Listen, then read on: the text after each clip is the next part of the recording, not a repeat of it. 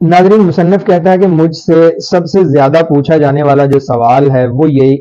کہ میرے پاس نوجوان لوگ آتے ہیں اور وہ آ کے پوچھتے ہیں کہ ہمیں ہماری پیدائش کا مقصد بتایا جائے، ہمیں ہمارا پیشن بتایا جائے۔ مصنف کہتا ہے کہ اس سوال کا جواب آپ نے خود دینا ہوتا ہے۔ آپ کا جو پیشن ہے اس کا جواب آپ کو اپنے آپ سے پوچھنا چاہیے۔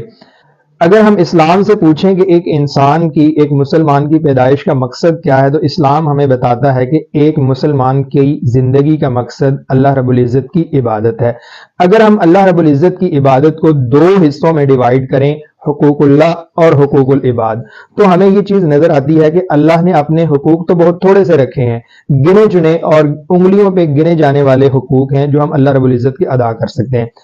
دین اسلام 90% سے زیادہ حقوق العباد پر مشتمل ہے، اور حقوق العباد کا مطلب یہ ہے کہ خدمت